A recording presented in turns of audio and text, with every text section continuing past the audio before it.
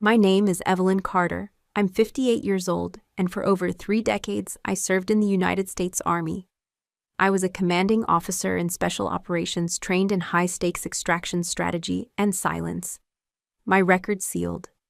My medals stored in a box no one has ever opened. My name erased from the very family I once fought to protect.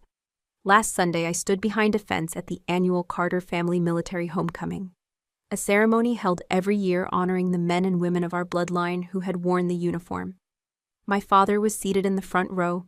My brother wore his captain's dress blues. My niece, an ensign in the Navy, gave a speech about legacy. They laughed, posed for photographs, called themselves the lineage of proud service. But when I asked to attend just to sit quietly in the back, they said no. I wasn't invited. I wasn't welcome. They said I failed, that I had no place at a ceremony celebrating honor. They mocked me for what happened in Syria, a decision I made 15 years ago, one they didn't understand and never wanted to. You abandoned your command, my father once told me. You disgraced the Carter name. They never asked what really happened. They never cared. So I didn't argue. I didn't beg. I stood behind the chain-link fence dressed in civilian clothes, while they read out the names of our family's so-called heroes. Mine wasn't on the list.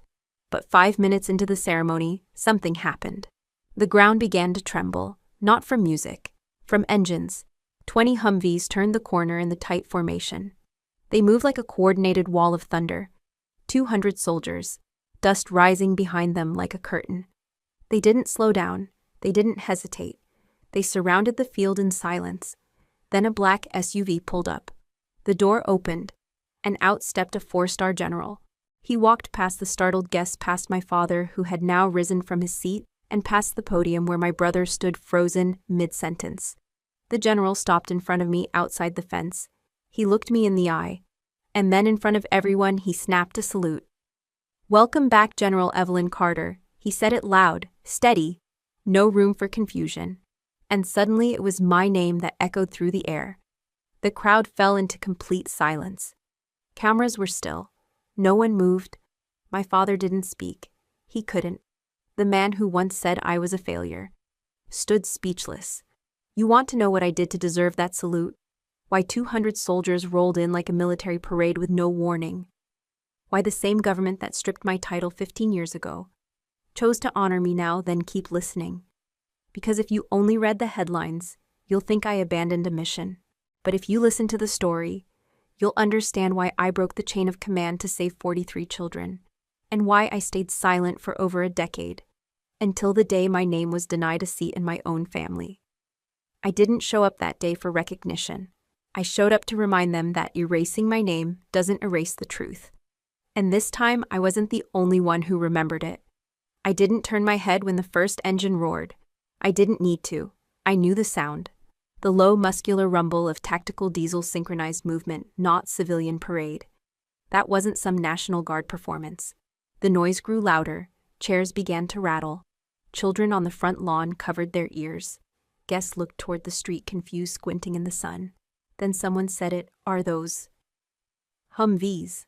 They came around the corner in perfect formation, 20 of them. Dust kicking up behind American flags mounted on both sides. No music, no sirens.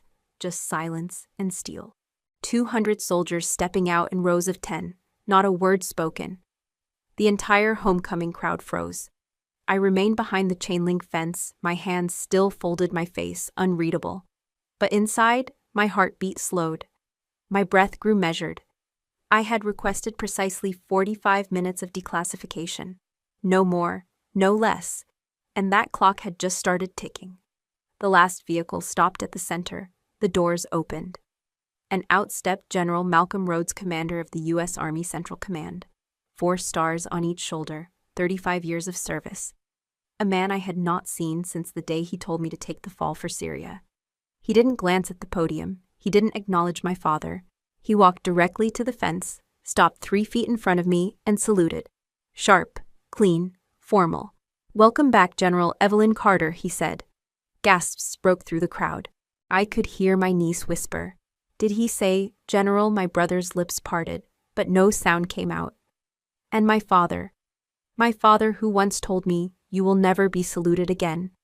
just stood there, eyes wide, spine stiff, as the top-ranking officer in attendance saluted the daughter he had erased. Then behind Rhodes, every soldier, every single one raised their hands in sync and mirrored the salute. A wave of silent respect. A corridor of honor. I didn't return the salute, not yet. Instead, I stepped forward through the open gate someone had quietly unlocked. I stood before them, back straight, shoulders steady. I nodded, not out of pride, but out of something deeper. A knowing, a truth reclaimed. And in that moment, the weight of 15 years shifted, not because the world believed me now, but because I no longer needed them to. If you want to understand why this happened, why a name once stained with shame suddenly stood in full uniform again, you'll have to go back with me, back to Syria, back to the orders I was given, and the ones I refused to follow, because the story they told wasn't the truth, and the truth they buried, it's time to unearth it. In my family, every wall told a story. The living room at my father's house was a gallery of generations, black and white portraits of great uncles in World War II, cousins in Desert Camo during Desert Storm, my brother in his academy uniform smiling like a Kennedy. Even my grandfather standing next to General Patton in a photo no one was allowed to touch had his frame secured above the fireplace. The Carters wore uniforms like a second skin. Service wasn't a choice, it was an expectation. You didn't ask if you asked which branch. By the time I turned 16, my path was already assumed. And at one point, my picture was up there too. A framed photo taken the day I received my first commission. My hair tucked neatly under my cap, my jaw tight with purpose. It hung just to the right of my brother's, slightly lower, because as my father once joked, rank goes left to right, oldest to youngest. For years I stood proudly on that wall, not because I craved attention, but because it felt like home, like proof I belonged. Every time I came home on leave, someone would say, "There she is, the girl who outran the boys." And I'd smile and let them believe that was the whole story. But after Syria, after 2010, my photo came down. They didn't say anything when it happened. No announcement, no argument. Just, one day, it was gone. Replaced with a watercolor painting of a bald eagle. Subtle, symbolic, final. My father never addressed it directly, but my brother did. Over dinner months later, after my name had been quietly removed from a guest list to a family function. "You know why," he said, cutting his steak. "You disobeyed an order. You pulled your unit out before command gave the green light. That's not bravery, Eve. That's desertion." He said it like he was reading from a manual. Like he wasn't talking to the sister who once taught him how to shoot, who gave up her own chance at promotion so he could attend the school he wanted. In my family, that was the version of the story that stuck. Evelyn Carter disobeyed. Evelyn Carter embarrassed the army. Evelyn Carter lost her commission. Evelyn Carter fled. It didn't matter that I never asked for a public trial, that I'd been ordered to sign a confidentiality agreement, that everything I did that day, I did to save lives. What mattered was that the name Carter now had a footnote beside it, and no one wanted to read it out loud. At my father's retirement dinner, I wasn't mentioned in his speech, not even as my daughter who served. It was as if I had never worn the uniform at all. And the worst part, I let them. Because explaining the truth would have meant breaking a silence I'd sworn to keep. Because defending myself would have required revealing things that were never supposed to be public. Because I thought if I stayed quiet long enough, maybe they'd see me again. But instead, they filled the empty frame with silence. And over time, silence hardened into belief. You see, people don't need evidence to erase you. They just need a story that feels close enough to the truth, and a wall with one less photo. The last time I was invited to a Carter family dinner, the table was set for 14. I remember because my niece had used name cards, little folded pieces of cardstock with gold lettering. Everyone had a seat with their title, Captain Lieutenant Dr. Chaplin. Mine just said Evelyn, no rank, no acknowledgement, just my name written small, tucked between a water glass and a salad fork. They seated me at the far end next to the coat rack, and the spare chair used only when the dog wandered in. My brother sat at the head basking in stories about a recent promotion. My father leaned in close, laughing harder than usual. My photo was already off the wall by then. No one mentioned it. Throughout the meal, my father never looked at me, not once. Not when I passed him the butter, not when I stood to refill my water. He addressed everyone else, asked my cousin about his deployment, congratulated my niece on her naval scholarship, thanked my brother for carrying the Carter name forward. He skipped me like I was a skipped track on a scratched CD. Halfway through dinner, my cousin raised a toast to honor those who've served with distinction. Glasses clinked, smiles passed.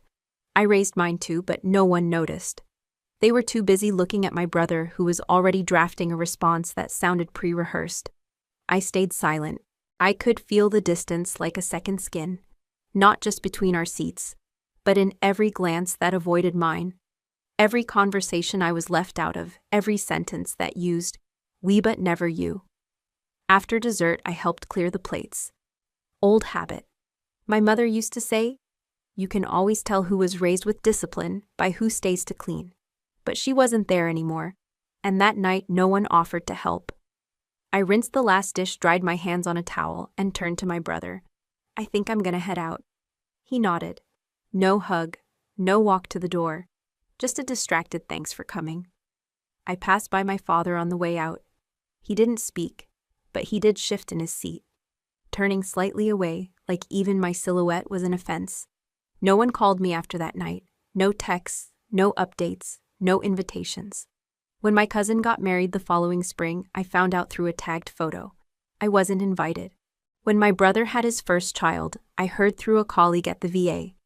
By then I knew I was no longer a daughter, a sister, or an aunt, just a ghost that wore the same last name. Years later, I would learn by accident that my name had been left out of my father's will. Not moved, not disputed. Simply erased. As if I'd never existed at all. And honestly, I wasn't surprised. Because that dinner wasn't just a meal. It was a message. A declaration of exile, delivered with napkins and silence. I walked out that night into the cold keys in hand. And realized something. You don't need a prison to feel like you've been locked out of your own life. You just need a table where everyone looks through you. Like you were never seated there to begin with. I once held power in my hands. Not the kind you wield with noise and medals, but the quiet kind. The kind that comes with classified orders, midnight phone calls, and decisions that change the fate of people whose names you'll never know. I led teams no one talks about. Operations that didn't exist. Missions that if successful would be forgotten, and if failed would be disavowed. I commanded not from a podium but from silence. And in silence I carried out my duty. I learned early that the best soldiers don't leave footprints. They leave shadows, and I was damn good at my job. My teams called me Ghost Mother. It started as a joke because I showed up in places I wasn't supposed to be, solved problems no one else could, and vanished before anyone could say thank you. I didn't need the thanks. What I needed was impact, and I had it, until I didn't. There was one time, just one, when someone tried to give me credit. It was after a humanitarian intervention in West Africa. We had extracted a group of medics under siege with 0 casualties under heavy fire against direct odds. The unit I led acted with precision, restraint, and moral clarity. It wasn't glamorous, but it saved lives. My commanding officer submitted my name for the Distinguished Service Cross. I didn't even know until the paperwork had already moved up the chain. Then it stalled. 2 weeks later, the award was reconsidered. 3 weeks after that, I got the call. A voice I didn't recognize, someone too young, too rehearsed, told me the nomination had been withdrawn. No reason, no apology. Just a flat statement, "Ma'am, the recommendation has been superseded due to recent evaluations." I knew what they meant. They meant Syria. The whispers were already following me. The unofficial briefings. The misreported version of what happened outside Aleppo. The one where I disobeyed a direct order and compromised a multinational alliance. That version made its way through the ranks faster than facts ever could. No one called to ask my side. No one wanted nuance. And I wasn't allowed to explain. The mission was sealed. The consequences were mine to carry. From that point on, my name was marked. Not blacklisted, just overlooked. Passed by. Avoided. New officers coming up would glance at me in the hallway and smile awkwardly, unsure if they should salute. I became the kind of figure people referenced in whispers. She was great until that thing in Syria. Command didn't fire me. They didn't have to. They reassigned me again and again. Less visibility, less input. Eventually, I stepped back, voluntarily, because there's only so many times you can be invisible before you start believing you're not there at all. But here's the part they didn't understand. I didn't serve for ceremony. I served because people were in danger, and I had the skill to help them. Whether or not they put a medal on my chest didn't change what I did with my hands. Still, I'd be lying if I said it didn't sting. To watch others be celebrated for doing less, while I disappeared into classified footnotes and closed-door briefings. I disappeared so well, in fact, that when I walked away, no one even noticed. At least not until the day I showed up behind that fence. Not until the engines rolled in. Not until someone asked why would a 4-star general salute her Syria 2010. No one was coming. That was the first truth I understood that day. We had boots on the ground outside a village 30 miles west of Aleppo, Operation Daggerlight. It was supposed to be a routine sweep, confirm the intel, locate weapons storage, secure the perimeter, and exfil by nightfall. But within 30 minutes of arrival, everything changed. The layout didn't match satellite imagery. The building that was marked as a suspected weapons cache had school desks inside, broken chalkboards, drawings still pinned to the walls. That wasn't a hideout. It was a school converted into something far darker. We found cages in the basement, 43 children, dirty, drugged, used as human shields. Our radios were jammed. Drones had been pulled for reallocation, and the backup team delayed by decision, not logistics. Later, I'd learn why. The village was under the covert protection of a foreign paramilitary group, with deep ties to one of our allies. The State Department had quietly greenlit non-intervention in exchange for intelligence access to regional oil routes, meaning we weren't supposed to be there, meaning if things went south we'd be denied.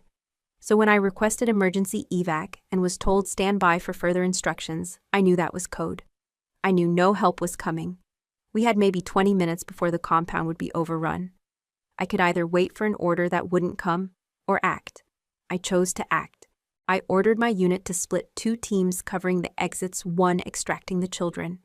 No formation, no clearance, just precision and speed. We moved through dust and screams, through booby-trapped doors and gunfire that came from rooftops disguised as homes. 3 of my soldiers were injured. None died. And every child made it out. We left blood and broken rifles behind. We also left behind any illusion that command would back us up. By the time we reached the safe zone, I had already sent the after-action report. I didn't lie. I didn't spin. I said exactly what we found, exactly what we did, and exactly why I didn't wait. I expected a reprimand. What I got was a silence louder than any courtroom. The report was sealed, the mission reclassified. When I asked about my team's commendation, I was told, "Ma'am, we've decided not to pursue further documentation at this time." That was bureaucratic code for you just embarrassed someone with a lot more power than you. A week later, I received a formal letter conduct review initiated for failure to follow chain of command. The children we rescued relocated under humanitarian aliases, their identities sealed, their stories never told. The world kept turning, and I kept quiet. Because I knew if I fought it, those kids would become headlines. Their faces splashed across news screens. Their trauma weaponized to defend a soldier who no longer had a flag behind her name. So I stayed silent. I absorbed the narrative. Let the record show insubordination. Let my family believe I ran. Let the medals go to officers who never stepped foot on that dirt. Because this wasn't about glory. It was about 43 children who got to grow up. And if that meant I became a villain in my own country, so be it. Sometimes justice isn't loud. Sometimes it's 43 lives that get a second chance because one person disobeyed a command that was never meant to protect the innocent in the first place. My family didn't know the truth, but the harder part, they didn't want to. After Syria, the silence from command was brutal, but the silence from home, that one cut deeper. I remember calling my father the day I received the conduct review notice. I wasn't looking for sympathy. I just wanted him to hear it from me, not from someone else. He picked up on the second ring. I told him calmly, factually, that I had been officially cited for disobeying orders and that I had accepted the consequences. There was a long pause on the line. Then he said, "I taught you to follow the chain of command, not rewrite it. And that was the end of the conversation. No questions, no curiosity, no, are you all right, or what really happened. Just one final sentence before he hung up: you've brought dishonor to this family. 2 weeks later, I learned my name had been removed from our family's military lineage plaque, the one that sat in the hallway just outside my father's study. He had a local engraver come in and replace it with a brass plate that read, "Reserved for future service." It was as if I'd died, and they were saving the space for someone more worthy. Not long after my younger brother Daniel was promoted to major. He was already climbing fast, but when I vacated my field assignment, the door opened for him to step in. And he did. With ease. He never spoke to me about it. Never asked if I was okay stepping down. Never questioned how he benefited from my fall. Maybe he told himself I deserved it. Or maybe he just didn't care. At family gatherings, what few I tried to attend, no one brought up my name. If I entered the room, the energy shifted. My aunts would smile politely, then retreat into other conversations. My cousins would nod from across the space, never stepping closer. My presence became a polite inconvenience. One year during the annual Memorial Day cookout, my father gave a toast to the brave men and women who have made us proud. He listed names: Daniel Uncle Royce, even a distant cousin from the Coast Guard who once delivered mail in Guam. He skipped mine entirely. That wasn't an accident. I realized then that my punishment wasn't just from the army. It was from blood, from legacy, from the people who were supposed to know me best. It would have been easier if they had asked. If even one person had said, "Tell me what happened." Not the news version, not the official one. Yours? But they never did. Because my story was inconvenient. Because it made them question the rules they lived by. Because it meant admitting that sometimes the system they worshipped gets it wrong. It was cleaner, simpler, easier to believe that I had failed, to write me off as the cautionary tale, to use my name as a warning. Don't be like Evelyn. Don't think you know better than the command. They said I was arrogant, that I'd let my ego cost lives, even though none were lost, even though lives were saved. But facts don't matter when people are protecting their comfort. They'd rather protect a lie than confront a truth that doesn't fit in a speech. So I stopped calling, stopped writing, stopped trying to explain. I became the story they told behind closed doors, the ghost that haunted the photo albums, the one whose name they lowered their voice to say. And all the while I kept quiet. Not because I agreed, but because I loved them more than they had the capacity to love me back. And sometimes love means letting people hate you if it helps them sleep easier at night. 2 months before the Carter family military homecoming, I received a text from my cousin Leah. It was short, informal, almost careless. "Hey, just a heads up, big homecoming ceremony this fall. Dad wants it to be the biggest one yet. Thought you'd want to know." There was no link, no invite, no follow-up. Still, I checked the official site. Sure enough, there, it was Carter Military Legacy Reunion, honoring 3 generations of service. My brother's name was in the banner. My father's in the introduction. Even Leah's husband, who served a 2-year non-combat stint in Germany, had a designated time slot to speak. I scrolled through the itinerary. Guest speakers, medal presentations, video tributes, a segment titled "The Heroes Among Us." My name wasn't there, not under honorees, not in the schedule, not even in the footnotes. There was, however, a short disclaimer at the bottom of the page. Due to the formal nature of this event, we kindly ask that guests refrain from inviting individuals whose service has been subject to disciplinary action. That wasn't subtle. That was aimed at me. It stung, but not for the reason you might think. I didn't need a seat at the front. I didn't need a speech or a medal. But to be erased again, this time in public in front of children who might grow up thinking I was never part of the story. That I couldn't let stand. Not because I wanted recognition, because I owed something. To 43 children who never got to say what happened. To the soldiers who followed my orders trusting I knew what I was doing. To myself. So I submitted a formal request to the Department of Defense. Not to challenge the event. Not to sue. Just to unseal a limited portion of my file. 45 minutes of visibility. Enough time for the truth to breathe. The process wasn't easy. I had to go through 4 layers of clearance. I had to sign new restrictions agreements that would make the file disappear again the moment the clock ran out. but eventually the request was approved. 45 minutes, limited scope, on-site only, no press, no replication. I told no one. Not my brother, not my father, not even Leah, who probably assumed I wouldn't show up.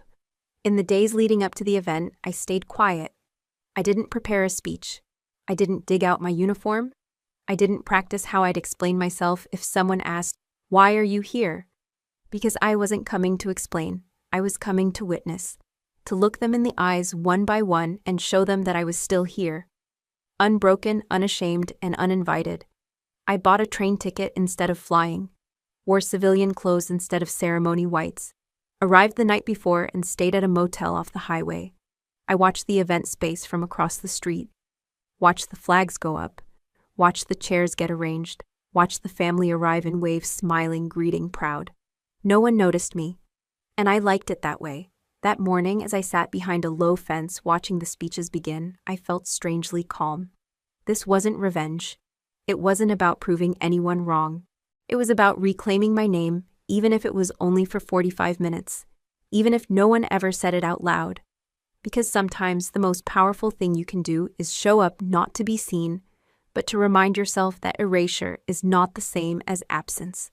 I had been written out, but I was still here, and the truth, it never left with me. I arrived an hour early, not out of eagerness but calculation. I wanted to avoid the crowds, the eyes, the rehearsed greetings. I parked my car 2 blocks away and walked the rest of the distance on foot, taking side streets and alley turns like old habits I couldn't unlearn. The event was held at Veterans Green, a small city park repurposed every year for this ceremony. Rows of folding chairs were set up on the lawn. Flags from every branch fluttered in the breeze. A rented stage stood at the front, flanked by 2 large speakers and a podium wrapped in red, white, blue bunting. I wore jeans, a clean navy button-up. No ribbons, no pins, no military seals. Nothing that might suggest I was someone to pay attention to. I approached the main entry path, gravel freshly raked. A young man in uniform stood by the gate, clipboard and hand scanning names. "Name, ma'am," he asked, polite but detached. "Evelyn Carter," I said softly. He looked down the list. His pen hovered, then moved back. He flipped a page, then another. "I'm sorry, ma'am. I don't see your name here." "I'm not on the list," I replied. "I'm not asking for a seat up front, just in the back. I'll stay out of the way." He hesitated, looked over his shoulder toward a group of organizers clustered near the stage. "I've been instructed not to allow entry to individuals not formally registered." "I'm really sorry," I nodded. No anger, no argument. Just a quiet thank you as I stepped aside. I found a spot at the edge of the park behind a low fence that separated the seating area from the sidewalk. It wasn't a great view, but I wasn't there to watch. I was there to witness. A woman pushing a stroller past me, gave me a warm smile, and moved on. She had no idea who I was. And for the first time in a long time, I found comfort in anonymity.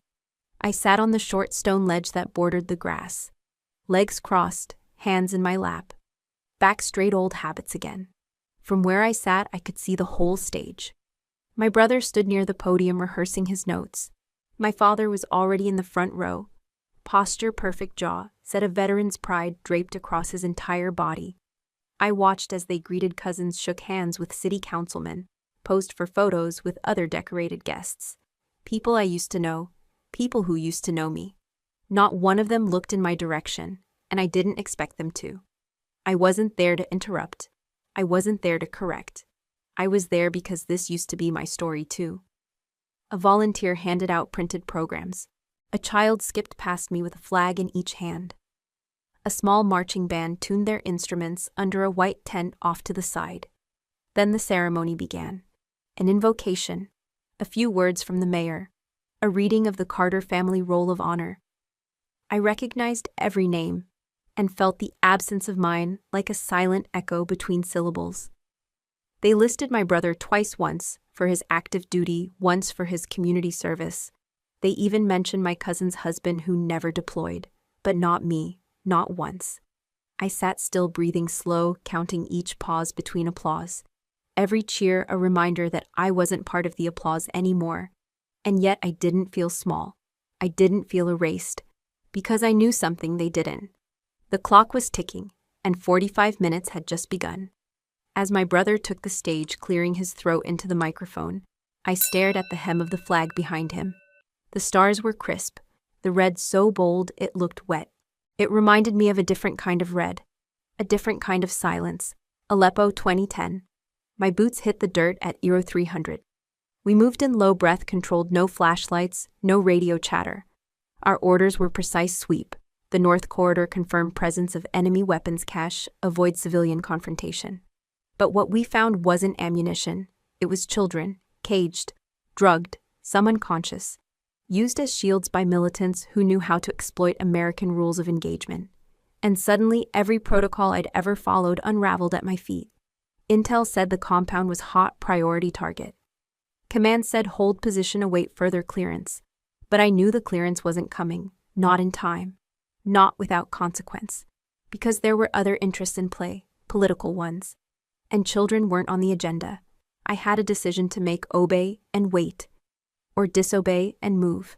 I chose to move. We broke formation and split into extraction teams. I led the charge through the east entry, took fire within 60 seconds. 2 men went down, one shoulder hit, one leg shattered. We dragged them out while covering fire echoed behind us like angry thunder. We breached the basement and found 43 children barefoot, trembling, barely responsive. I radioed in cargo located. Request evac immediately. Silence. I repeated, this is Echo Leader. I have 43 civilian minors. Request urgent evac. More silence. Then static. Then finally, this operation is not authorized. Do not proceed. I stared at the radio like it had grown teeth. Do not proceed. We had seconds before the enemy regrouped. Seconds before that building became a tomb. I didn't ask again. I gave the order, evac now. We're leaving. No matter what they say. We carried those children out wrapped in spare blankets and body armor. We loaded them into trucks, covered them in our own jackets. We didn't look back. By the time we hit the safe zone, 1 child had a seizure. 2 more were vomiting from whatever they'd been sedated with. 1, the smallest, just 5 years old, clung to my leg like I was the only thing left in the world worth holding on to. We saved them, all of them. But Command didn't see it that way. Their message was clear. You exposed a political compromise. You risked diplomatic fallout. You acted on your own. And so I became a problem to manage. The mission was sealed. My record scrubbed. The official story read: compromised intelligence, civilian evac incomplete. Not a single line about the lives we saved. No mention of the children, not even a footnote. They wanted it erased. And I let them. Because fighting back would have meant dragging those kids into a spotlight they didn't ask for. It would have meant telling the world who failed them and who tried to cover it up. So I took the reprimand, signed the NDA, and walked off the battlefield with no applause, no explanation. But not this time. As my brother's voice echoed across the green, full of pride, full of performance, I didn't move. I didn't flinch. This time, I stayed.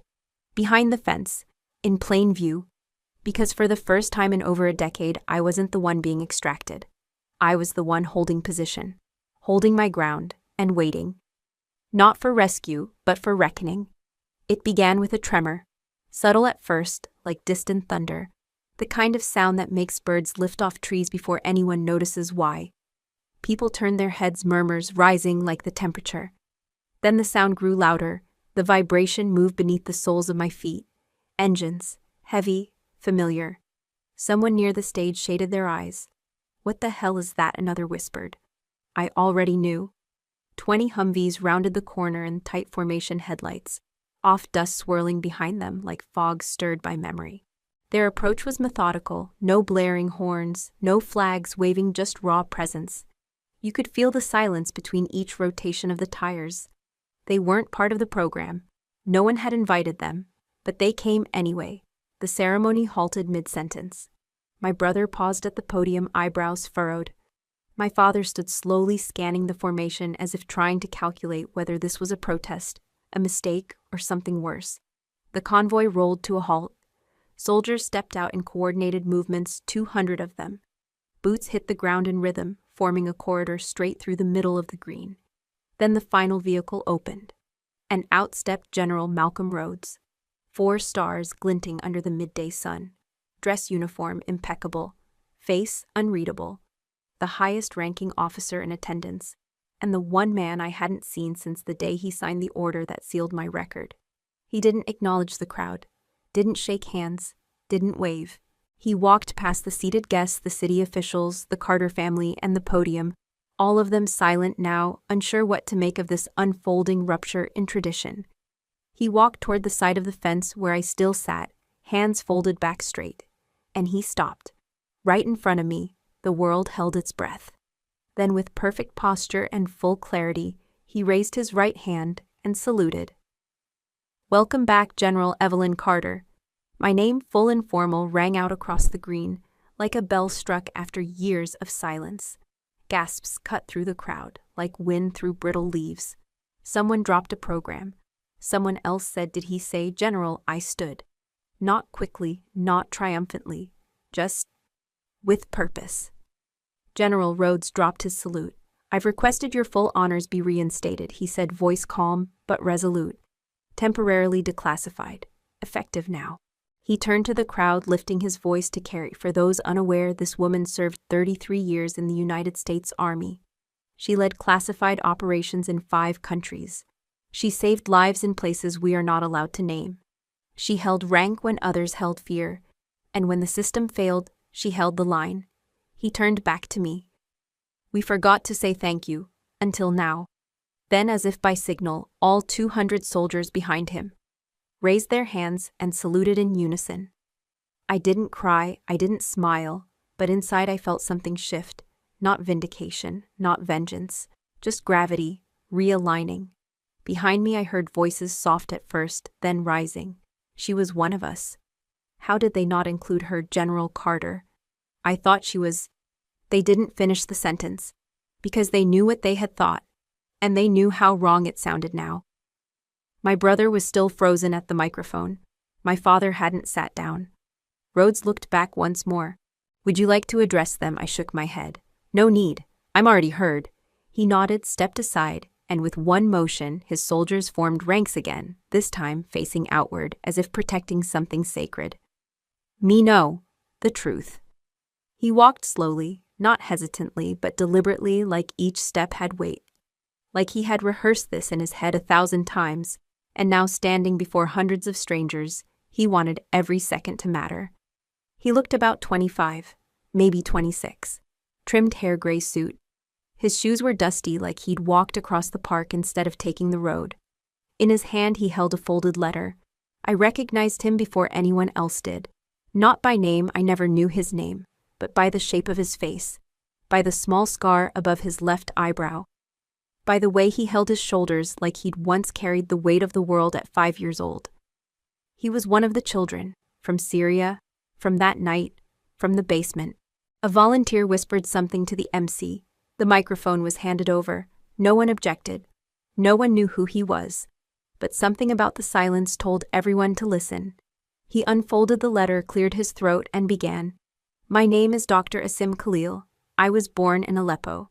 When I was 5 years old, I was taken from my village and used as a human shield by men who did not care whether I lived or died." The crowd was dead silent. He continued. "On February 16, 2010, an American unit breached a compound outside Aleppo. The soldiers didn't know they would find children. They were ordered to wait. They were told it was dangerous. But one woman, one commander chose to move anyway. That woman was General Evelyn Carter. I saw heads turn, mouths open, eyes shift toward me. My memories of that night are fragments," he said. "Pain, light, the smell of diesel. A woman kneeling beside me, wrapping a jacket around my shoulders. Her voice, calm, reassuring. I never forgot her voice." He paused, then looked directly at me. "I'm alive today because she disobeyed." A few gasps broke through. Someone near the front wiped a tear from their cheek. "I became a doctor," he went on. "Today I work at a children's hospital in New York City. I've helped save lives because someone once saved mine. And for years I didn't know her name. No one would tell me, no one would talk about the mission. I only learned the truth recently, by accident, through a leaked document that never should have existed." He turned back to the microphone. His voice trembled, but not with fear. With something deeper. Pride, grief, Gratitude. She didn't ask for a thank you. She didn't ask to be remembered. But I remember.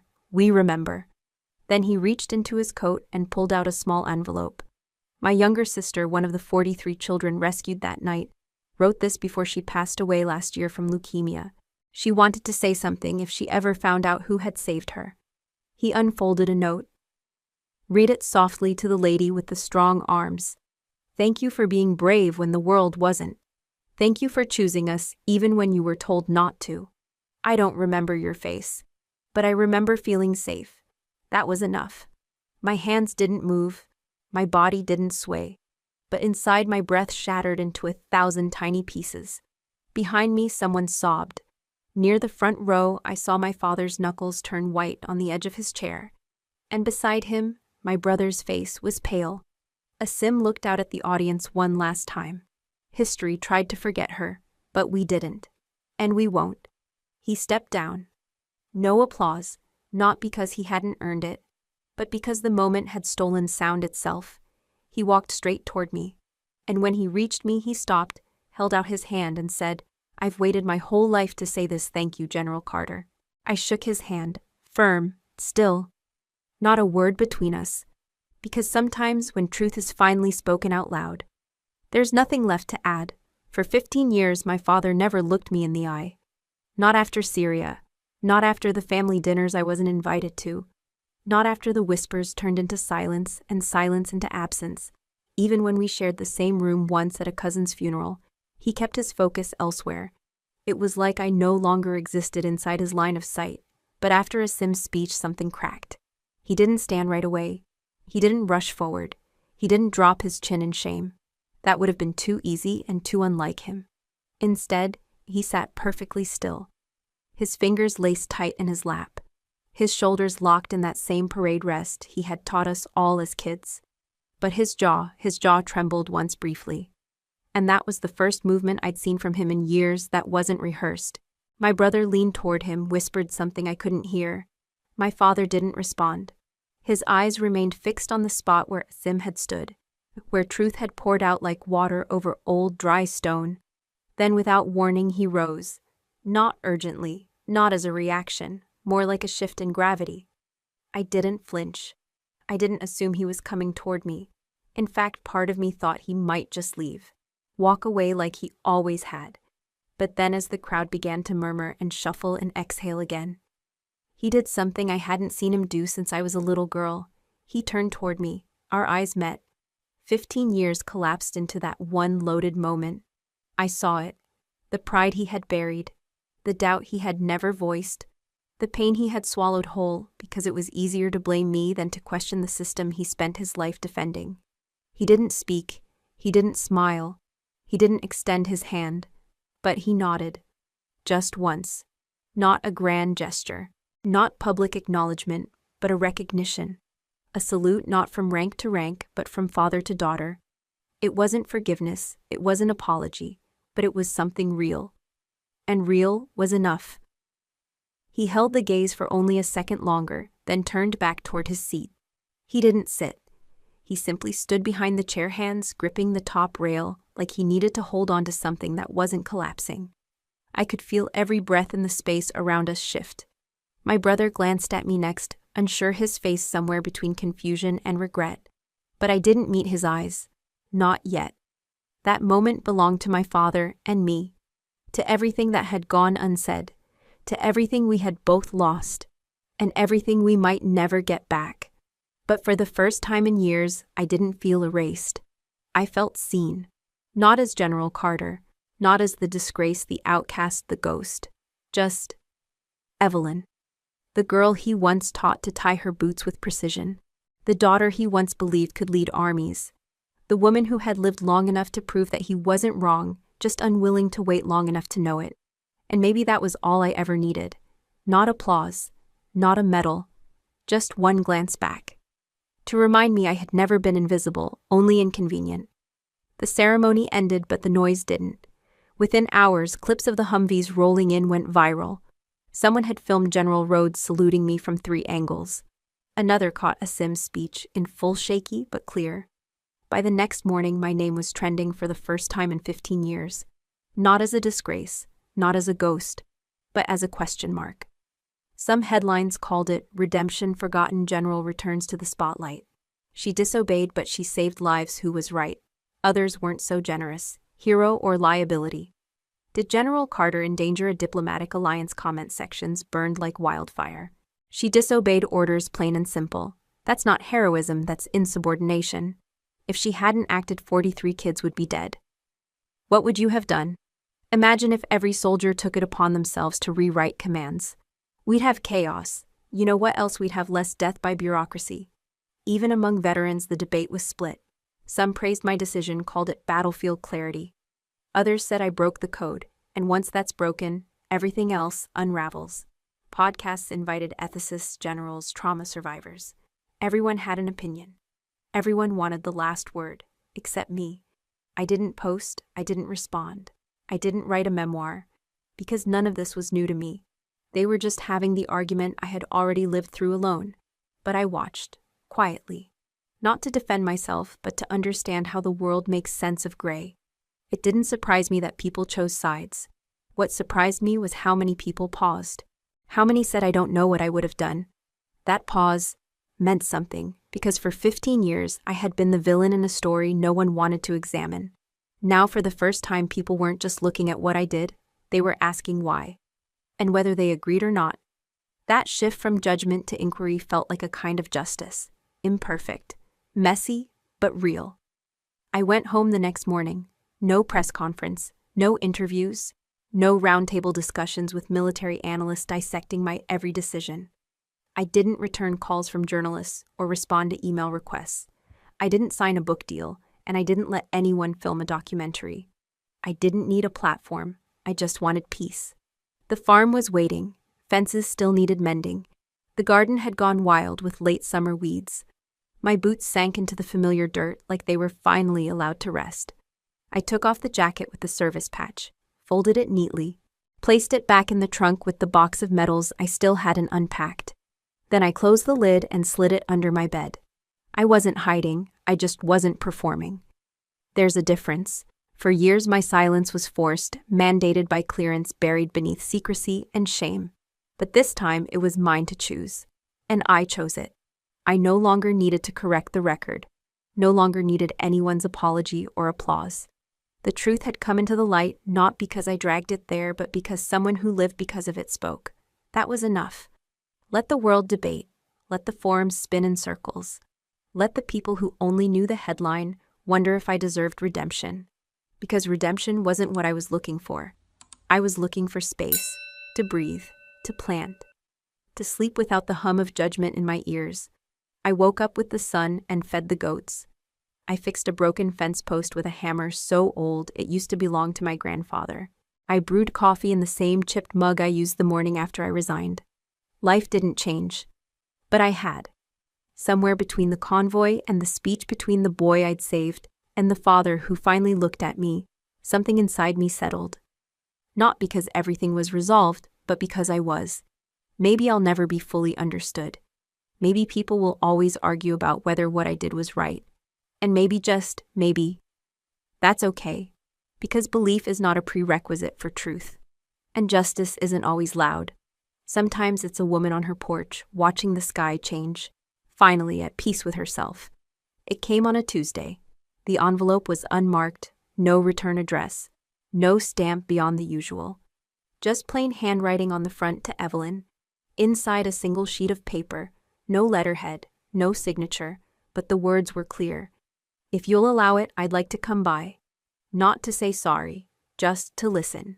That was all. No demands, no defense. No, but you have to understand. Just that. And even though his name wasn't written anywhere on the page, I knew who sent it. The way the Y curved at the end. The way the paper smelled faintly like old tobacco and pine. I sat at the kitchen table with the letter in front of me for almost an hour. Coffee gone cold. Sun slipping through the window. My thumb brushing the edge of the paper over and over. I didn't cry. I didn't rage. I just sat. For years I had rehearsed what I would say to my father if he ever came to find me. I'd imagined confrontation arguments, maybe even screaming. But that single sentence undid all of that. Not because it fixed anything, but because it wasn't trying to. He didn't write to reclaim me, he wrote to witness me. And for a man like my father, whose love was discipline, whose approval was silence, that was an earthquake. Still, I didn't write back. Not because I was punishing him. Not because I didn't want him to come. But because I needed the silence to last just a little longer. To breathe in what it felt like to be heard before being spoken to. That afternoon, I went out to the porch with the letter still in hand. The breeze was light. The goats were quiet. The world didn't know what was unfolding in my chest, but I did. And maybe so did he. I didn't know if he'd come. And I didn't know if I was ready, but I knew this. That letter didn't ask for forgiveness. It asked for a seat. Sometimes that's the most honest thing a man can offer, especially one who taught me to fight with rules, then punished me when I chose people over protocol. He would come, or he wouldn't. Either way, I had already stood up from that table, the one where I was once seated last, and built one of my own. And if he arrived, I'd pour him a cup of coffee. Same chipped mug, same quiet morning. No apologies needed. Just room to speak. And maybe room to listen. That morning, I woke up before the sun. The air was still like the earth hadn't decided to breathe yet. I moved through the kitchen on instinct, same worn floorboards underfoot, same faint hum from the fridge. My hands reached for the kettle without thinking. 2 mugs this time. One for me, one for maybe. I didn't look at the road. Didn't expect an engine or boots on gravel, or the old gray truck I still remembered from years back. I just boiled the water. As it steamed and hissed, I cleaned the porch, just a little, dusted off the old rocker, and pulled out the second chair from the corner where I usually kept it folded. I didn't even know why I'd saved it all these years, but it was there waiting just like me. I set it beside mine, not across, not facing me like a confrontation, but next to me, as equals, as witnesses to the same sky. It was a small thing, really, a second chair, but in our family, seats had always meant something. At our dinner table, your place to find your standing. Father at the head, mother to his right. Then the children in order of favor or performance. When I was younger, I used to inch closer to the top, hoping one day to earn the seat beside him. Then came 2010. And just like that, I was gone, my chair empty, my name quiet. This morning, as the coffee brewed, I sat down in my chair on the porch and placed the second mug on the armrest of the empty seat. I didn't think about what I'd say if he came. I didn't prepare a speech. I didn't rehearse forgiveness. I didn't relive the anger. I just waited. The wind picked up gently. Birds started chattering in the trees. A goat sneezed somewhere behind the barn. Life continued. I watched the steam curl from the untouched mug. It was beautiful in its stillness, not a symbol, not a statement, just a cup of coffee for someone I once called father. I wasn't sure he'd come, but setting out the chair, making space, that was for me. To remind myself I could make room, without expectation, without bitterness, without needing to rewrite what had happened. Just room, for someone who once didn't make room for me. And if he didn't show up, if that seat remained empty forever, that would be okay too.